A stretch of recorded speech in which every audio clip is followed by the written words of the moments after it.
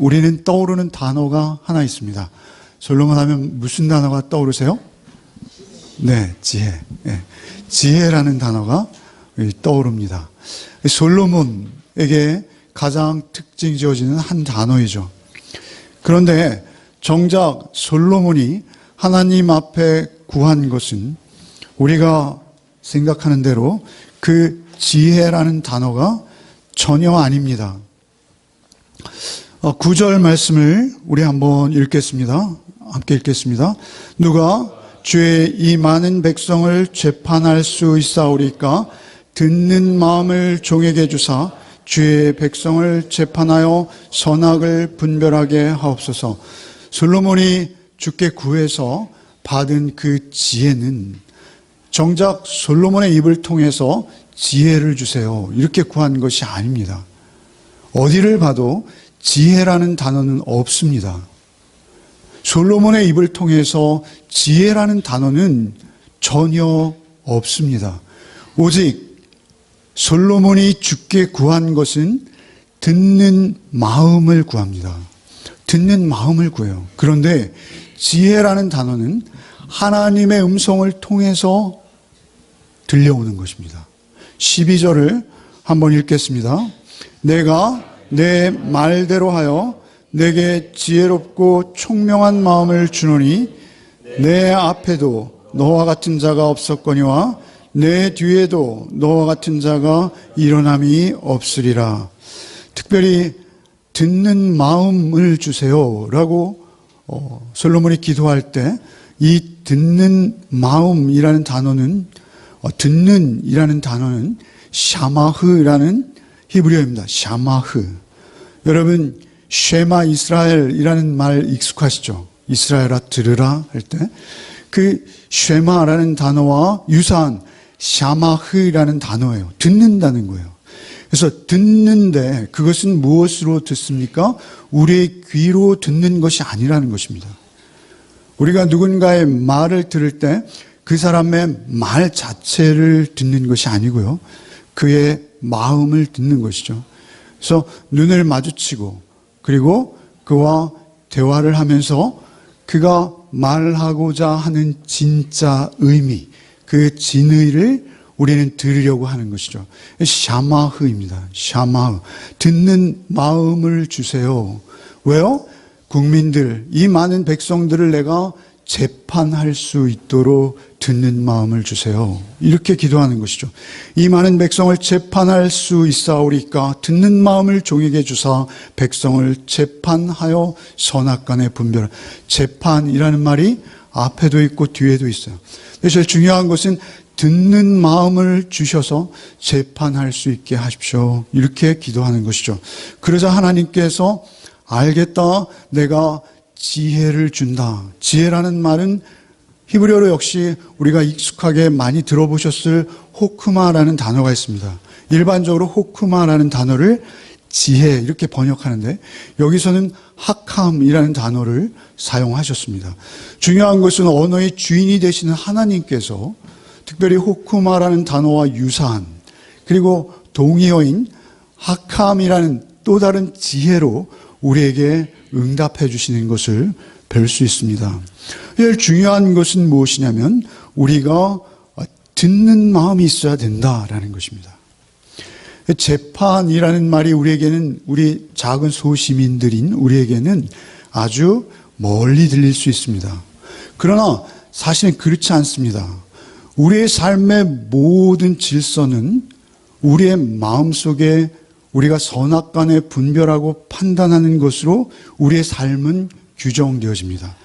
그러니까 우리가 어떤 사회적인 현상이나 나의 주변의 모든 관계, 부부의 관계든 부모의 관계든 자식의 관계든 모든 관계 속에서 내가 선악간에 분명한 구별을 세우고 그 기준을 세우지 못한다면 우리의 삶은 엉망진창이 되고 말 것입니다. 사실은 이 재판하는 마음이라는 것 자체는 하나님께서 우리에게 주시는 가장 중요한 지혜인데 이것을 하나님께서는 듣는 마음과 동의어로 사용하십니다. 여러분, 제가 너무 여러 번 말씀을 드려서 사실 예화드리기가 죄송한데 제가 교통사고를 당했습니다. 교통사고를 당했는데 그 자리에서 교통사고를 내신 분이 옆을 받쳤어요. 그분은 앞으로 와서 제 옆을 받으셨어요. 근데 미안합니다. 내가 지금 바쁘니까 우리 보험사에 서로 연락해서 사고 처리를 하시죠 하고 그 자리에서 바로 가셨어요. 그리고 다음에 전화를 보험사 직원에게 받았는데 보험사 직원이 우리가 피해자라고 하는 거예요. 그래서 어찌게 된 거냐 그랬더니 그분이 자기는 피해자다 이렇게 보험사 쪽에 강력히 주장을 하셔서 이제 그 주장이 대립이 된 거죠. 사실 그래서 그렇게 합의가 안 되면 보험사에서 선임하는 변호사들이 있대요. 그래서 그 변호사들이 먼저 과실료를 재판하고 거기에 합의를 못하면 이제 진짜 법원에 가는 거죠. 그래서 그것이 1심, 2심, 3심, 법원에서 3심제가 있잖아요. 그렇게 재판을 하는 것이죠. 그러니까 우리의 사실은 우리의 삶 속에서는 사소한 교통사고 하나도 그러한 정의를 바로 세우는 그러한 것이 얼마나 우리의 삶의 피부와 같은 것인지 금방 알 수 있어요. 우리의 모든 관계가 그렇습니다. 얼마 며칠 전에 우리 교민들이 중국에 가서 이렇게 지내고 있는데 그 자녀들이 안타까운 사고를 당했다라는 것을 들었어요. 10명이나 그것도 불이 난 버스 안에서 빠져나오지 못하고 숨을 거둔 거예요. 그런데 운전자는 살았어요. 그리고 또 다른 사고의 원인들이 있어요. 그렇다면 그 원인을 밝혀내는 것은 중요한 것입니다. 그 원인을 밝혀내서 그런 사고가 또다시 있지 않도록 할 뿐만 아니라 그 잘못에 대한 응문의 대가를 치르게 함으로 말미암아 이 사회는 질서가 잡히는 것이죠. 그 질서 속에서 우리는 안심하고 살아갈 수 있어요. 교통사고만 해도 그래요. 우리 세월호를 탔던 수학여행 갔던 아이들이 300명이 한꺼번에 목숨을 잃었습니다. 그 사고가 어떤 원인으로 일어났고 거기에 책임을 질 사람들은 누구누구인지 그것을 규명하고 밝히고 그들의 사과를 받아내고 이런 것들은 그런 사고가 우리에게 다시 있지 않도록 하는 데 있어서 가장 기초적이고 중요한 것입니다. 제가 교통사고만을 이야기했습니다만 우리 세상에는 이러한 교통사고의 의로운 분풀이를 하는 그런 정도가 아니라 우리 세상에는 엄청나게 억울한 일들이 많이 있어요. 사장과 고용주 사이에, 고용주와 피고용인 사이에, 심지어는 부부 사이에, 또는 가족 간에도 억울한 일, 심정들을 우리는 담을 수 있어요. 여러분, 요즘 우리의 사회에 가장 문제가 되는 성폭력, 이런 문제들을 우리가 법정으로 가져갔을 때, 이 사회에 난무하는 그 폭력과 강압, 이런 것들을 우리가 법정으로 가져갔을 때, 그 사법부에서 그것을 공정하게 판단해 주지 않는다면 이 땅은 그것 자체가 지옥인 것입니다. 왜 천국이 천국일까요? 천국은 하나님의 완전하신 의가 우리를 심판하는 곳이기 때문에 그렇습니다. 하나님의 완전하신 의가 우리를 지켜주는 것입니다. 그것이 우리의 기둥이 되는 것입니다. 그것은 우리에게 있어서 피부와 같아요. 늘 말씀드리지만 우리는 그것을 풀 데가 없는 사회 속에서 우리는 불평을 하는 거예요. 젊은 아이들이 뭐 헬조선이라느니 그런 말들이 예전에 없던 신조어들이 우리에게 들려오는 것은 무엇입니까? 그들에게 불만과 우리의 이야기를 좀 들어달라는 호소가 그 안에는 있는 것입니다. 제일 중요한 것은 무엇입니까? 듣는 마음인 거예요. 듣는 마음이 우리의 서로 상대 간에 있을 때 우리에게 솔로몬이 임하는 거예요. 솔로몬이 무엇이죠? 샬롬입니다. 솔로몬의 어원은 샬롬, 평안이에요. 평화예요. 그 완전한 평안과 평화가 어떻게 우리 사회에 구현될 수 있을까요? 그것은 정의가 실현되는 사회, 하나님의 공의가 강같이 우리의 삶 속에 흐르고 있을 때만 우리는 평안할 수 있어요. 그것은 하나님의 통치와 다스림이 우리에게 실현되는 세상 속에서만 샬롬의 세상이 있다는 거예요. 여러분, 지난 주간 우리가 묵상했습니다만 솔로몬의 이 기도가 끝나고 바로 이어지는 사건이 무엇이죠? 창기의 사건입니다. 창기. 우리가 순화해서 창기라고 번역했습니다만 그 단어는 창녀예요. 몸을 파는 여인이에요. 어떤 사회, 어떤 시대를 막론하고 그런 매춘부들은 사회적으로 가장 낮은 지위였어요. 더군다나 유대인들에게 있어서는 매춘 자체가 허용되지 않았기 때문에 돌에 맞아 죽어야 될 그런 인간인 거예요. 그런데 그런 인간들이 왕 앞에 나와서 재판을 받고 있어요. 여러분, 우리 사회에 삼심제가 보장되어 있어요. 교통사고를 말씀드렸습니다만 지방법원에서 제일 먼저 판정을 받죠. 근데 사실은 돈이 없으면요, 정식 재판을 청구하지도 못해요. 뿐만 아니라 정식 재판을 청구했다 하더라도 나를 변호해 줄 자가 없어요. 나를 변호해 줄 자를 구하기 위해서는 거금을 들여야 됩니다. 뿐만 아니라 거기에 만족 못하면 2심, 3심을 가야 되는데 그것은 우리 상상할 수 없어요. 유대에게 있어서 역시 그러한 제도가 있었습니다. 그들이 억울한 일이 생기면 성문의 장로들에게 나가죠. 그게 지방법원일 거예요, 아마. 그러면 장로들이 그 얘기를 듣고 판결을 해주는 것이죠. 그런데 그것이 불만족일 때 계속 그 항소가 이어져서 드디어 왕 앞에까지 온 거예요. 여러분, 그 몸을 파는 여인이라는 가장 낮고 천한 신분의 두 여인이 왕 앞에서 재판받을 수 있는 사회, 그 세상, 그 자체가 복입니다. 사실은 가장 중요한 것은 무엇입니까? 우리에게 삶 속에 있어서 그러한 공정한 재판에 귀 기울여주는 우리 사법부가 있다면 이 땅이 얼마나 평화로울까요? 그래서 솔로몬은 평안의 왕인 것입니다. 샬롬의 왕이 솔로몬인 거예요. 솔로몬 앞에 와서 그 창기들은 심판을 받는 것이죠. 여러분, 저는 이 대목을 묵상할 때, 3장을 묵상할 때 우리 예수께서 어떻게 하셨는지 생각이 미쳤어요.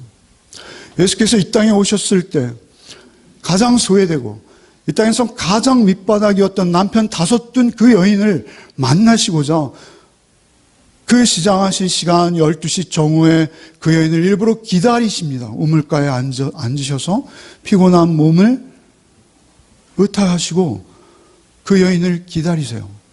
그런가 하면 바리새인과 서기관들의 예수님을 모략을 위한 꾀에 속아서 현장에 간음하다 잡힌 여인. 예수께서는 그러한 여인들을 결코 허투루 보지 않으십니다. 그 여인들을 가장 귀한 생명으로 보시고 그들에게 생명을 주시는 분이 예수이십니다. 그래서 예수가 우리의 평강의 왕이 되는 거예요.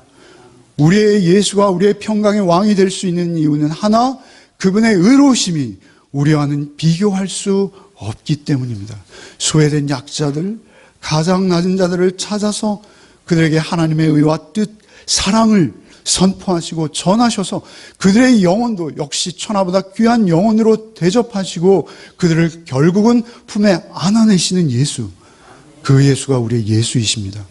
그래서 우리가 예수를 믿고 따르는 거예요. 예수밖에 의지할 곳이 우리가 없기에 예수를 믿고 따르는 것이죠. 그 완전한 의와 평강의 예수를 그러면 어떻게 만날 수 있는지 우리가 오늘 본문을 통해서 같이 나누기를 원합니다. 한 절 한 절 읽으면서 사실 그 상황으로 들어가기를 원하는 것이죠. 그 상황에 들어가서 솔로몬이 과연 이토록 놀라운 지혜의 왕이 될 수 있었던 비결을 우리도 한번 교훈받고 우리의 삶 속에서 과연 우리가 어떠한 자세와 태도로 하나님 앞에 나아갈 때 우리도 이토록 놀라운 의의 심판자로 왕 같은 제사장으로 우리의 삶을 살아낼 수 있게 될 것인지를 이 시간 성령의 가르침으로 깨우치는 시간 되시기를 바랍니다. 4절부터 한번 읽어보겠습니다. 4절 한번 읽어보겠습니다. 예.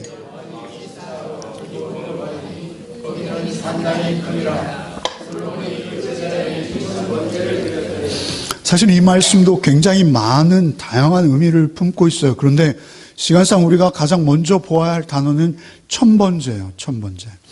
우리가 천번제를 천번의 제사다 이렇게 이해하고 있는데요. 그건 원문과는 좀 다릅니다. 천번의 제사를 하루에 한 번씩 드려서 솔로몬이 3년 동안 제사를 드렸다는 기록은 어디도 없습니다. 그리고 그렇게 솔로몬의 생애가 한 가지도 않았습니다. 그리고 이 천번의 제사라는 것이 우리가 생각하듯이 우리의 삶 속에서 어떤 정말 이건 꼭 소원 성취해야 돼 라고 여겨지는 어떤 그러한 제목을 가지고 솔로몬이 하나님 앞에 나가서 천번제를 드린 게 결코 아닙니다. 왜 그랬습니까? 4절에 하나님께서 솔로몬에게 무엇을 줄고 이렇게 물어보시면서 나타나시는데요. 가장 중요한 것은 여기서 천번제의 의미를 정확히 아는 게 중요한데요. 천이라는 숫자는 유대인에게 특별한 숫자입니다. 우리가 사울이 죽인 자는 천천이요 다윗이 죽인 자는 만만이다 이런 표현을 우리가 알고 있죠. 여인들이 지어 부른 노래죠. 천이라는 것은 많다는 것입니다. 완전하다는 것입니다. 충만하다는 것입니다. 근데 중요한 것은 천번제라는 건 무엇입니까? 번제를 완전하고 충만하고 하나님이 흠양하시기에 충분한 그러한 제사로 하나님 앞에 열과 정성을 다해서 사랑하는 마음으로 드렸다라는 표현인 것입니다. 번제는 무엇입니까? 번제는요, 완전한 헌신입니다. 번제는 짐승의 피를 한 방울도 남김없이 사발에 다 받습니다. 그리고 들어가서 제단에 뿌리고 지성소에 뿌리는 것입니다. 피는 다 쏟고요. 그리고 살은 각을 떠서 다 태웁니다.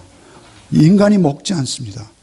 번제는 하나님께서 그 연기를 흠양하시도록 완전히 태워서 하나님 앞에 전부를 드리는 거예요. 많은 제사가 있지만 번제가 가장 큰 헌신이요 완전한 제사를 의미하는 것입니다.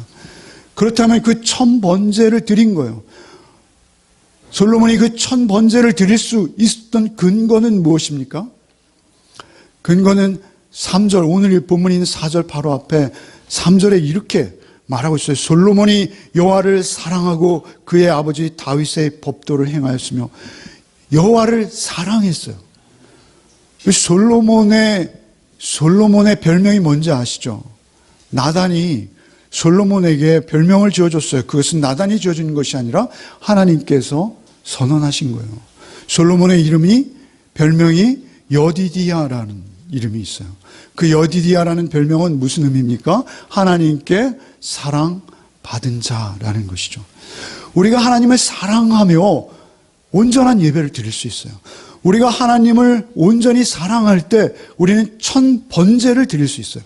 하나님 앞에 나를 온전히 헌신하여 피 한 방울까지, 살점 한 점까지 하나님 앞에 태워서 완전히 드릴 때 우리는 이미 내 것이 아닌 하나님의 것이 되는 거예요.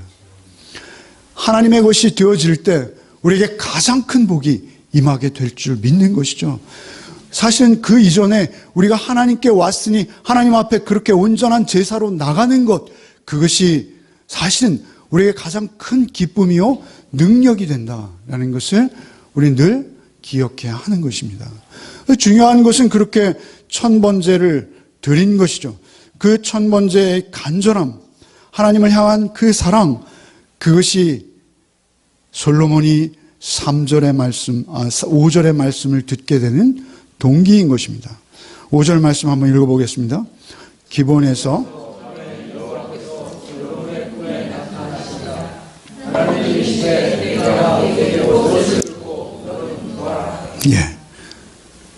완전한 제사는요 하나님 받으시면요 하나님께서도 우리에게 은혜를 허락하십니다. 중요한 것은 그것을 꿈으로 현몽하셨어요. 여러분 꿈 하니까 또 눈이 갑자기 반짝이시는데요. 여러분이 꾸는 꿈은 다 뭐라 그랬어요?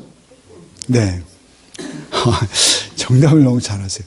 여러분이 꾸는 꿈은 다 개꿈입니다. 여러분 꿈 꾼 거 가지고 저한테 와서 말씀하지 마세요. 중요한 것은 아직 성경이 완성되지 않을 때예요. 그래서 지금은 하나님의 계시, 하나님의 마음, 하나님의 뜻, 선하시고 기뻐하시는 온전한 하나님의 뜻은 오직 성경에 완전히 기록되었습니다. 성경은 이미 다 기록되었어요. 그래서 성경에 기록되어진 그 말씀을 통해서 우리는 응답받는 거예요. 오직 그 외에 여러분 환상, 꿈 거기에 현혹된다면 우리는 하나님을 배반하기 쉽습니다. 제일 중요한 것은 우리는 기록된 말씀 안에서 오직 하나님의 뜻을 분명하고 또렷하게 성령님의 도우심으로 깨달아 알고 하루하루 살아가는 것입니다. 그것이 우리의 가장 중요한 것인데 그 꿈으로 하나님께서 나타나셨어요. 그리고 뭐라 하십니까? 내게 무엇을 줄꼬? 이렇게 물어보세요. 내게 무엇을 줄꼬? 하나님의 뜻에 맞도록 하나님께 온전한 헌신의 예배를 드린 자에게는 하나님이 그 마음의 소원을 주세요. 그리고 그 마음의 소원을 주실 뿐만 아니라 그 소원대로 행할 수 있는 능력도 주세요. 여러분 온전한 예배자가 먼저 되십시오. 그러면 소원도 주실 줄 믿습니다. 6절 말씀 한번 읽어보겠습니다. 시작. 솔로몬이 정직한 마음으로 주와 함께 주 앞에서 행함으로 주께서 그에게 큰 은혜를 베푸셨고 주께서 또 그를 위하여 이 큰 은혜를 항상 주사 오늘과 같이 그의 자리에 앉을 아들을 그에게 주셨나이다. 무엇을 줄꼬라고 하나님께서 솔로몬에게 물어보았지만 솔로몬은 그 응답으로 먼저 큰 은혜를 2번 언급합니다. 그런데 그 첫 번째 큰 은혜는 무엇이냐면 자기가 이토록 왕이 된 것은 자기의 어떤 특별함이 아니라 아버지의 성실함과 아버지의 공의로우심과 아버지의 정직함, 그것이 오늘의 나를 있게 했다라는 것이죠. 그 의미는 그렇습니다. 다윗의 성실과 공의와 정직한 마음으로 주와 함께 주 앞에서 행함으로, 그런데 그것은 그의 성실과 그의 공의와 그의 정직이 아니라 주 앞에서 주와 함께 행했기에 가능했던 것입니다. 근데 중요한 것은 그것 자체가 큰 은혜라는 거예요. 큰 은혜. Great grace. 큰 은혜. 까도울이라는 말인데요. 이것은 우리말로 하면 하늘만큼 땅만큼이라는 표현입니다. 그래서 그렇게 큰 은혜를 우리 아버지에게 주셔서 주의 앞에서 주와 함께 그 성실과 공의와 정직을 나타낼 수 있게 하셨을 뿐만 아니라 또 한 번 큰 은혜라 하시죠. 큰 은혜로 나와 같은 아들을 세우셨습니다. 여러분, 솔로몬은 누구입니까? 솔로몬은요, 사실 왕이 될 수 없어요. 여러분, 다윗의 아들이 20명입니다. 그 중에 솔로몬은 10번째예요. 그 위로 층층시하입니다. 더군다나 솔로몬의 어머니가 누구입니까? 밧세바입니다. 소위 우리말로 하면 서자인 것이죠. 정실 부인에게서 얻은 아들도 많이 있습니다. 우리가 지난주에 묵상에서 보았습니다만 아도니아는 완벽한 왕의 후계자였습니다. 그러나 그는 스스로 왕이 된다라고 믿었습니다. 하나님께서는 아도니아를 패하시고 아도니아를 제끼시고 솔로몬을 왕 삼으셨어요. 그런데 그 솔로몬을 왕 삼은 과정을 우리가 지난주에 묵상했죠. 그것은 하나님께서 세우신 것입니다. 그래서 큰 은혜라고 다시 반복하는 거예요. 큰 은혜 말하면서 그렇게 해서 내가 이제 솔로몬, 내가 이제 그 성실과 공의와 정직의 아버지의 자리를 내가 이제 맡게 되었습니다. 7절 한번 같이 읽겠습니다. 나의 하나님,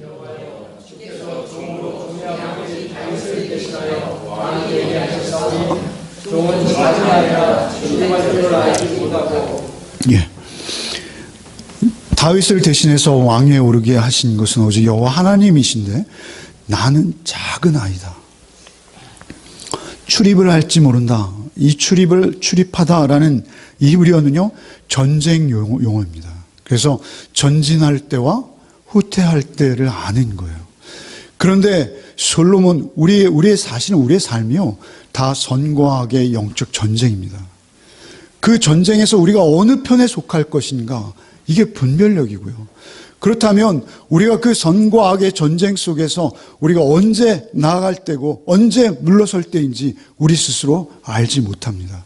근데 제일 중요한 것은 그 앞에서 나는 작은 아이일 뿐입니다.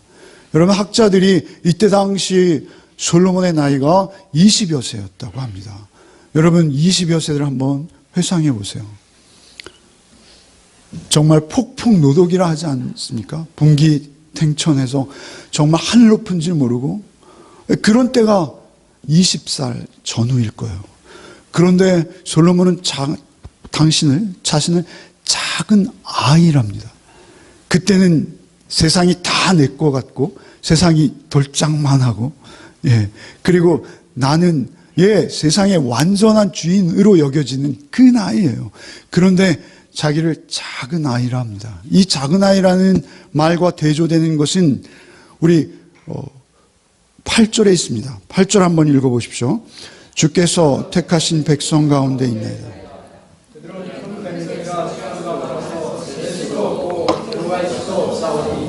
그런데 이스라엘은 큰 백성이라는 것입니다. 자기는 작은 아이고요. 이스라엘은 큰 백성이라는 것입니다. 사실 이게 지도자의 마음입니다. 그 백성들과 어깨를 나란히 했어요. 그런데 그 중에서도 자신은 작은 아이라는 거예요. 자기의 자리를 아는 겁니다.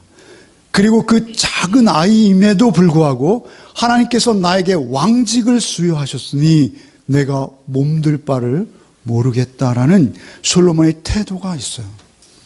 하나님께서는 우리를 왕 같은 제사장으로 베드로전서 2장 9절에 초청하십니다. 제일 중요한 것은 하나님의 상속자로 우리가 부름을 받았으니 우리가 왕 맞습니다.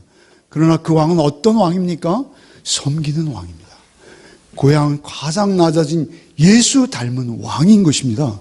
그런데 그 자리에 우리가 서야 되는 것이죠. 그래서 솔로몬은 나는 작은 아이요, 이 백성은 큰 백성인데 그들은 수를 셀 수도 없을 만큼, 하늘의 별만큼, 바다의 모래만큼 우리 조상 아브라함에게 언약하셨던 그 언약대로 이 큰 백성을 이루게 하셨는데 나는 그 가운데 작은 아이로 서 있어서 전쟁에 나갈 줄도 후퇴할 줄도 모르는 어리석은 모습입니다. 이렇게 겸손할 수 있습니까? 이렇게 겸손한 자세, 그것은 하나님 주신 마음입니다. 근데 중요한 것은 그 마음으로 하나님 앞에 나아가서 구한 것 오직 하나, 섬기기 위한 마음입니다. 무엇으로 섬겨요? 듣는 마음으로 섬기겠다는 거예요. 9절을 한번 읽어보겠습니다. 누가 듣는 마음을 종에게 주사 내 백성을 재판하여 선악을 분별하게 하옵소서. 여러분, 마음을 요구해요. 그런데 그 마음은 어떤 마음이에요? 듣는 마음이에요. 여러분, 근데 듣는 마음이 얼마나 귀한지 몰라요. 여기서 듣는 마음은 두 가지 측면을 다 계산해야 됩니다. 한 가지는 하나님의 음성을 듣는 마음입니다. 우리가 하나님의 음성을 듣는 마음이 없이는 우리가 사람의 음성도 분별할 수 없습니다. 우리가 하나님의 마음을 들어야 돼요, 먼저. 왜요? 하나님께서 우리를 어떻게 사랑하셨는지 우리가 그것을 들어야 돼요. 듣는다는 것은 무엇이냐면 우리가 서로 이야기할 때, 눈을 마주치고 이야기할 때 그를 사랑할 때 그의 음성을 들을 수 있습니다. 우리가 그를 이용의 대상, 그리고 나의 어떤 가치의 척도, 그런 것으로 상대를 인식한다면 그 상대의 음성은 우리에게 들리지 않아요. 우리에겐 그냥 해석될 뿐이에요. 나의 이익을 위해서. 그러나 우리가 그를 사랑할 때 그의 음성을 들을 수 있어요. 그래서 솔로몬은 주의 음성을 듣고 있었어요. 그래서 그가 이토록 아름다운 인격일 수 있는 이유와 근거는 오직 주의 음성을 듣고 있었다는 것이죠. 그런데 그가 구하는 것은 무엇입니까? 그 완전한 천번제의 온전한 헌신의 제사를 드리고 이제 내가 이 백성을 재판할 수 있도록 듣는 마음을 주사 재판하게 하여 주옵소서. 여러분, 재판이라는 것은 다시 한번 말씀드립니다. 우리도 다 재판하고 있어요. 여러분 마음 이야기하지 않아도 이 사람 가난뱅이, 이 사람 수준이 낮아. 그리고 재판하지 않아요. 우리가 얼마나 고약한 존재인지 모릅니다, 우리가. 제일 중요한 것은 우리가 그 가운데서도 그를 사랑의 대상으로 보고 그의 음성을 듣고 그를 감히 섬기는 자리까지 나갈 수 있는 근거는 오직 하나님의 마음이에요. 그런데 그 하나님의 마음이 우리에게 부음받아서 하나님의 음성, 그 사랑의 음성을 들은 자만이 누군가 우리 이웃의 음성에도 귀 기울일 수 있는 능력이 그 안에 있는 것입니다. 중요한 것은 그 듣는 마음을 간절히 요구하는 그 솔로몬의 마음. 그래서 하나님의 공의와 그 사랑. 하나님의 마음은 무엇이죠? 하나님의 마음은 두 기둥이 있다고 그랬어요. 공의와 사랑이에요, 항상. 그 사랑은 나의 이기적인 강남 아줌마들의 자식사랑, 치맛바람 사랑이 아니라 하나님의 공의가 그 뿌리가 되어지는 온전한 사랑. 그 온전한 사랑이 하나님의 인격과 성품이에요. 그런데 그 인격과 성품이 우리에게 부음바 되어져서 듣는 마음이 우리에게 있을 때 우리는 사람 구실을 할 수 있습니다. 더욱이 한 나라의 왕이 되는 솔로몬에게 있어서 그 듣는 마음은 나라 전체의 평안을 결정하는 것입니다. 그래서 가장 귀한 것을 구한 것이죠. 만약 제 아들이 없으니까 제가 이런 말을 막 해도 되죠. 아들이 아버지에게 내가 너 뭘 줄까? 아버지 집 주세요. 집이 없으니까 그런 말 할 일도 없습니다만 네, 아버지 집 주세요. 아버지 차 주세요. 차도 달라고 안 할 것 같아요. 버스를 달라고 그럴 일도 없고. 그래서 중요한 것은 뭐 그렇게 아버지 집 주세요. 차 주세요. 이러지 않고 아들이 만약에 아버지가 말씀하시는 모든 말씀을 들을 수 있는 귀를 주세요. 아버지가 하는 말씀의 의도를 알 수 있는 지혜를 주세요. 아버지가 하는 말씀을 듣고 순종할 수 있는 자리까지 나갈 능력을 주세요. 아들이 만약에 저에게 그렇게 말한다면 다 가져 임마. 뭐 있냐 내가 있는 거. 이렇게 되지 않겠어요? 하나님의 마음에 합한 거예요. 하나님의 마음에 온전히 하나 된 거예요. 그것은 하나님이 너무 기쁘게 받으시는 거예요.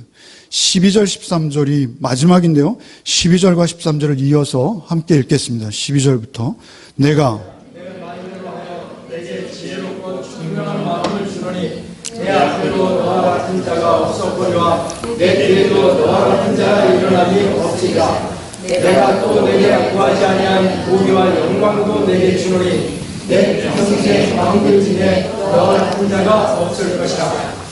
예. 하나님께서는 다 주시는 거예요. 정말 다 주시는 거예요. 그의 나라와 그의 의로움을 구한 자에게 모든 것 더하시겠다 약속하셨어요.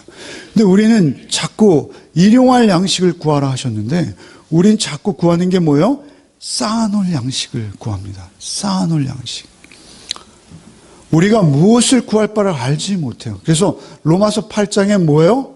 성령이 우리에게 임하시면 우리 기도할 말을 우리에게 주신다 하셨어요. 근데 중요한 것은 우리가 그 구할 바를 알아야 되는데 우리가 늘 구할 바는 한 가지예요. 그것은 뭐예요? 나를 출애굽시키셨으니 출애굽시키신 백성답게 살게 해주세요. 그게 우리의 기도예요. 출애굽시키셨으니 나를 그 광야와 같은 삶 속에서도 하나님의 백성으로 살 수 있도록 주님 나와 함께 해주세요. 그게 우리의 기도예요. 그런데 그것을 영적으로 좀 달리 해석하면 무엇이죠? 하나님, 내가 죄와 사망과 끝없는 탐욕의 욕심으로 밤낮 엉뚱한 생각에 사로잡혀서 사단의 종로로 타고 있사오니 하나님, 저를 좀 구원해 주시사 예수의 피로 거듭나게 하셔서 사랑을 알게 하시고 인내를 알게 하시고 오래 참음을 알게 하시고 자비와 양성과 충성과 온유와 절제와 하나님의 은혜로우심과 크신 사랑으로 살아낼 수 있도록 저를 좀 자유케 해주세요. 이것이 우리의 기도가 돼야 되는 거예요.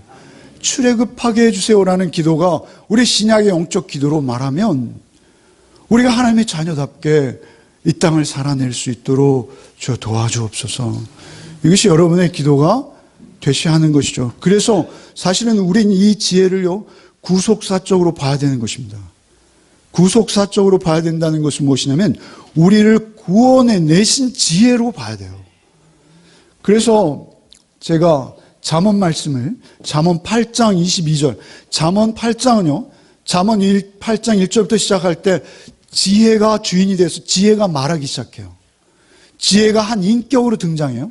근데 그 지혜가 어떤 말을 하는지 22절부터 31절 한번 같이 읽어보겠습니다. 읽겠습니다. 시작.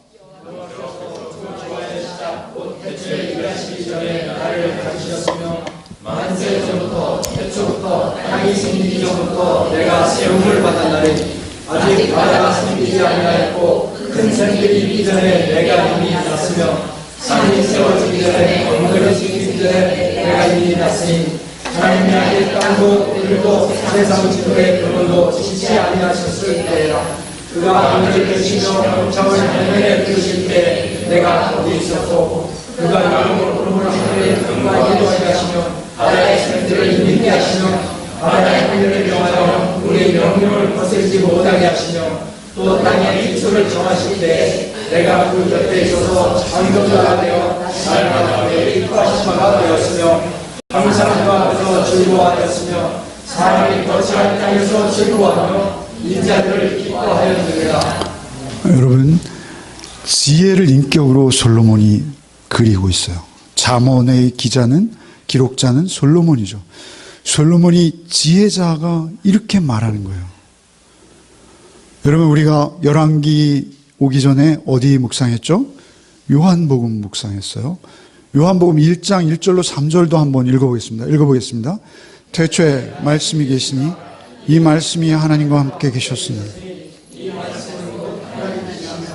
그가 태초에 하나님과 함께 계셨고 만물이 그로 말미암아 지은 바 되었으니. 여기서 말씀은 누구이시죠? 예수이십니다. 그런데 그 예수의 모습이 잠언에서 누구로 나타나요? 지혜의 모습으로 나타나요. 그러니까 그 지혜는, 오늘 우리 신약시대라는 우리 영적 지혜는 누구세요? 예수이실 수밖에 없어요. 여러분, 이것은 이사야 예언에도 마찬가지예요. 이사야 예언, 이사야 11장 1절로 2절 한번 읽어보겠습니다. 시작.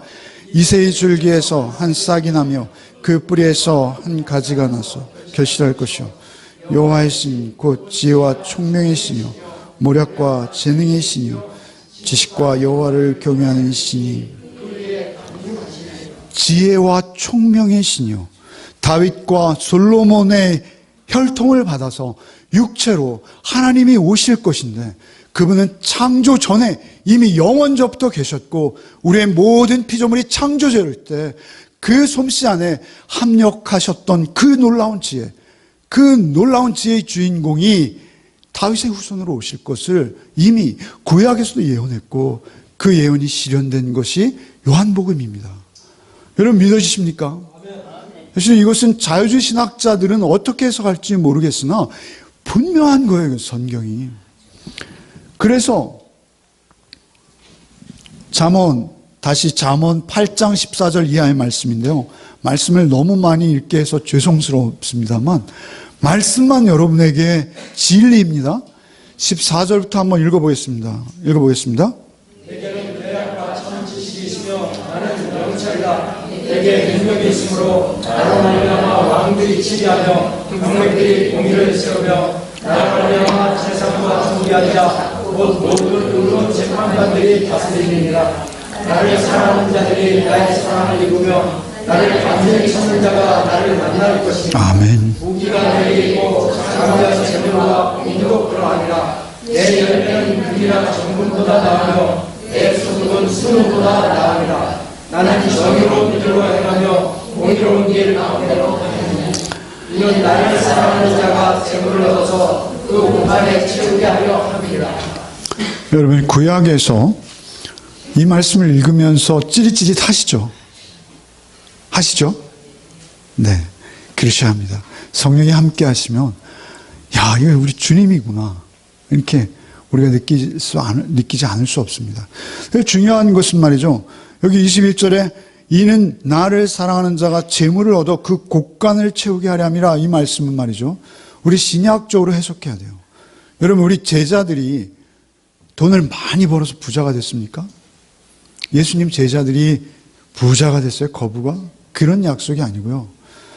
곡간은 하나님의 나라의 곡간입니다. 하나님의 나라의 곡간은 무엇으로 채워집니까?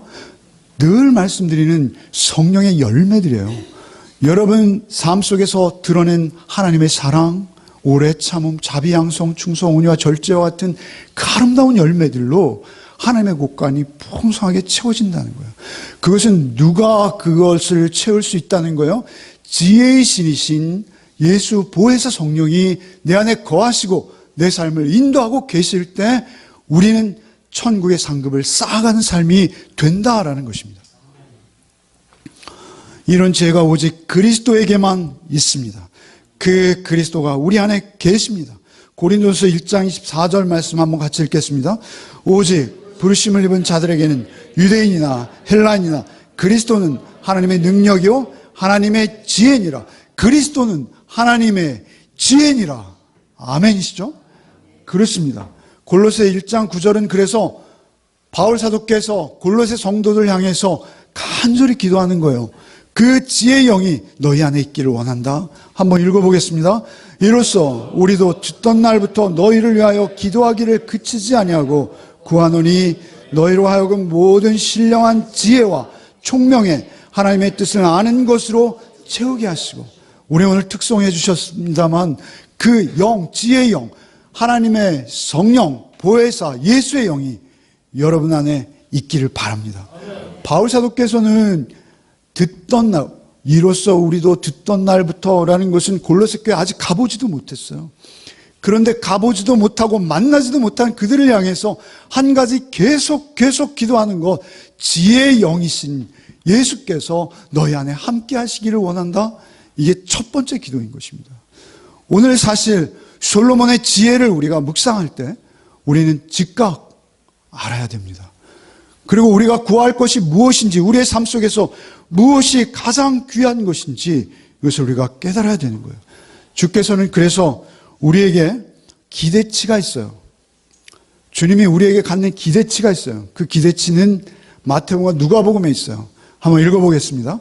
충성되고 지혜 있는 종이 되어 주인에게 그 집 사람들을 맡아 때를 따라 충성 지혜의 종은 뭐라는 거예요? 양식을 나눠주는 자예요. 양식이라는 것은 꼭 밥만이 아니고요. 우리는 하나님의 떡과 살을 먹어요. 피를 마셔요. 하나님의 말씀을 전하는 거예요. 누가복음 또 읽겠습니다. 주께서 가라사대 지혜 있고 진실한 청지기가 되어 주인에게 그 집 종들을 맡아 때를 따라 양식을, 때를 따라 양식을. 물론 우리 교회는 여러분에게 밥도 드려요. 그러나 밥만 먹으러 오시면 안 돼요. 밥이 아니라 뭘 드시러 오셔야 되는 거예요? 말씀의 지혜를 들으러 오셔야 되는 거예요. 그래서 저는 여러분에게 밥보다 맛있는 설교가 되기 위해서 이렇게 열심히 하는데 여러분 밥만 맛있다 하시고 가신단 말이죠. 안 그렇습니까? 네, 감사합니다. 감사합니다. 이 격려가 심하게 됐습니다. 아주 중요한 것은 무엇입니까? 때를 따라 양식을 나눠주는 복이 여러분 삶 속에도 있기를 바랍니다. 여러분이 입을 열면 자녀들이, 여러분의 배우자가, 여러분 주변에 있는 자, 하나님의 진리의 말씀이 우리의 생명의 양식이구나 깨닫는 복이 여러분의 삶 속에 있기를 바랍니다. 그렇게 행하는 자들을 사도행전에 가면 드디어 볼 수 있어요. 성령이 임하셨어요. 보혜사가 임하시고, 사도행전 6장 3절 한번 읽어보겠습니다. 형제들아, 너희 가운데 성령과 지혜가 충만하여 칭찬 듣는 사람 7을 택하라. 우리가 이 일을 저에게 맡기고. 그렇죠. 너무나 하나님의 기대치가 보이지 않으세요? 여러분, 하나님의 기대에 부응하는 여러분 되시기를 바랍니다. 이 3장 말씀 결론이 무엇이냐면요, 3장 이렇게 듣는 마음을 구한 솔로몬이 그 창기 둘을 재판하죠. 재판합니다. 재판하는데 서로 자기 자식이라는 거예요. 여러분, 그 창기의 신분에서 벗어나는 것은요, 아들이에요. 여러분, 그 시대에 아들을 갖는 것은요, 그냥 우리가 지금 생각하는 아들과는 다른 의미예요. 부담이 아닌 거예요. 자신의 생명인 거예요. 과부보다는 그 아들이 있는 과부는 다른 거예요. 그래서 창기의 신분이지만 그 아들을 자기 아들 삼고 싶은 거예요. 그래서 법정에까지 온 것이죠. 그런데 DNA 검사를 못 하잖아요. 국립과학수사연구소가 없어요, 그 나라에는. 그래서 어떻게 합니까? 그 안에 사랑 DNA가 있는 거예요. 사랑 DNA. 여러분, 우리가 하나님의 사랑을 입으면 그 사랑의 DNA가 우리 안에 있어요. 근데 제일 중요한 것은 그 사랑 DNA를 확인하는 거예요. 그게 지혜인 것입니다. 우리 성령이 임하시고 우리가 그 지혜를 입으면, 아, 이분이 하나님의 성령을 받아 참 지혜자가 되었구나 볼 수 있습니다. 구별할 수 있습니다. 그들의 언행과 그분의 삶을 통해서, 아, 이분은 성령의 충만함을 입었구나, 아니구나, 아직 배우기는 했지만 성령께 온전히 의탁하지 않으시는구나. 여러분, 이거 보입니다. 중요한 건 그것은 무엇입니까? 우리에게 있어서 중요한 것은 그 지혜가 우리 안에 있는가라는 것입니다.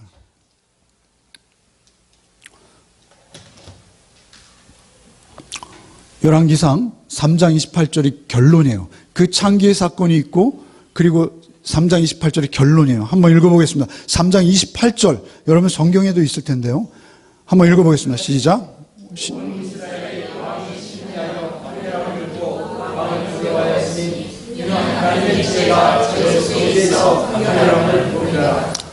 그들이 솔로몬을 보고 두려워했어요. 여러분, 하나님이 아니라 하나님께서 그 안에 계신 자를 뵐 때, 그리고 그 안에 하나님이 계신 것을 나도 감지했을 때 우린 두렵습니다. 그 베드로가 주여 나를 떠나소서 나는 죄인입니다 라는 경건한 두려움이에요.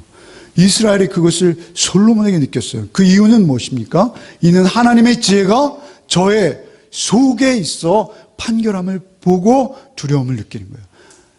하나님의 지혜가 솔로몬의 속에 있었어요.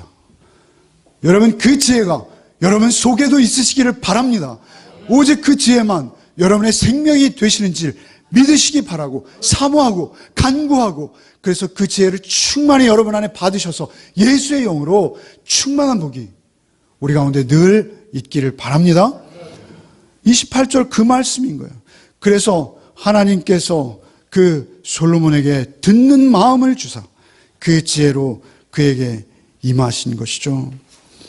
베드로 전서 2장 9절 말씀, 오직 너희는 택하신 족속이요 왕같은 제사장이라고 하십니다. 우리가 왕이래요. 물론 제 이름은 왕이입니다. 제 이름을 모르시는 분은 죄송합니다. 이런 결정적인 순간에. 여러분 왕이신 거 믿으세요? 여러분 왕이세요? 여러분 이름이 왕이세요? 중요한 것은 왕입니다. 우리 하나님께서 우리를 왕으로 부르셨어요. 왜요? 평강의 왕이신, 완전한 지혜의 왕이신 예수가 우리 안에 계시기 때문에 우리가 왕인 거예요. 그래서 그 예수의 영으로 우리가 세상을 살아내기 때문에 우리가 왕같은 제사장의 삶을 감히 살게 되는 것이다 라는 것을 우리는 잊지 맙시다. 출애굽했어요. 우리는 예수의 십자가와 부활로 하나님께서 우리를 출애굽시키셨어요. 여러분, 왜 부부가 이토록 불화가 많고 이혼이 많습니까? 그것은 서로 듣지 못해서 그래요. 서로 듣지 못해서 그래요. 왜 이렇게 자녀들이 부모의 말을 무시하고 딴 길로 가는 예들이 이전보다 많아졌습니까? 그것은 서로 소통이 되지 않기 때문에 그래요. 자녀의 말은 아버지가 못 듣고요. 아버지의 말은 자녀가 못 들어요.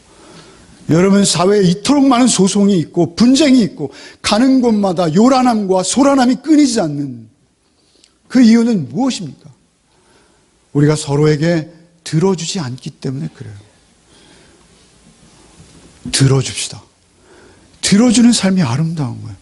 그 사랑의 마음으로 들어줄 때 우리는 비로소 섬기는 자의 자리에 서는 것이고, 우리가 사랑의 마음으로 들어줄 때 우리는 그때 비로소 청지기가 되는 것이고, 우리가 사랑의 마음으로 들어줄 때 우리는 그때 우리가 감히 하나님의 사랑을 그에게 말하고 전할 수 있는 자, 때를 따라 양식을 나눠줄 수 있는 자로 우리의 삶을 살아낼 수 있게 되기 때문에 그런 것입니다.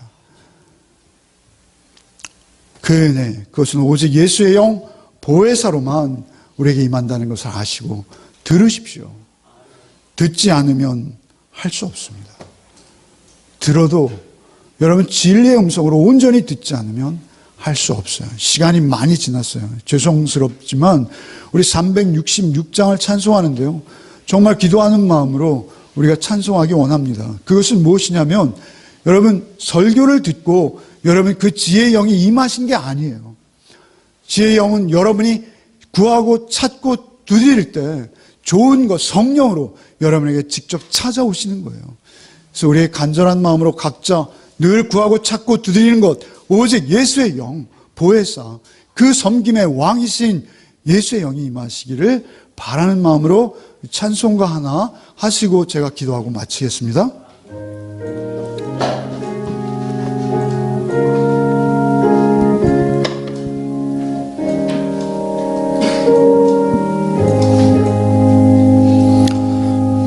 모든 내는 밝히사 진리를 보게 하소서.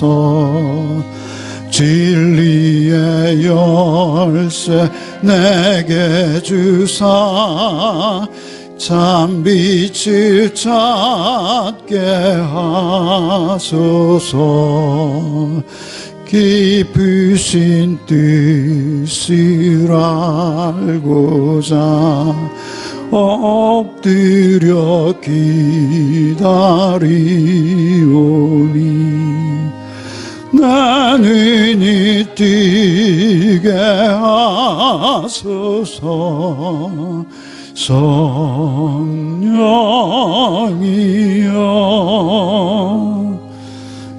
맡겨진 내 귀 여시사 주님의 귀한 음성을 이 귀로 밝히 들을 때에 내 기쁨 알량 얻겠네.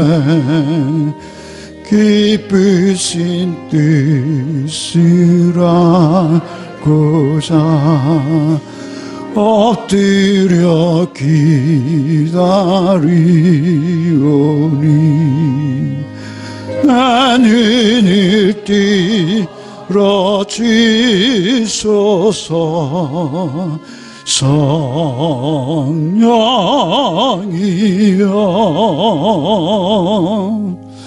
봉해진 내 임여 시사 복음을 널리 전하고 차가운 내 맘 녹여주사 사랑을 하게 하소서. 깊으신 뜻을 알고자 엎드려 기다리오니 내 입을 열어 주소서. 성령이여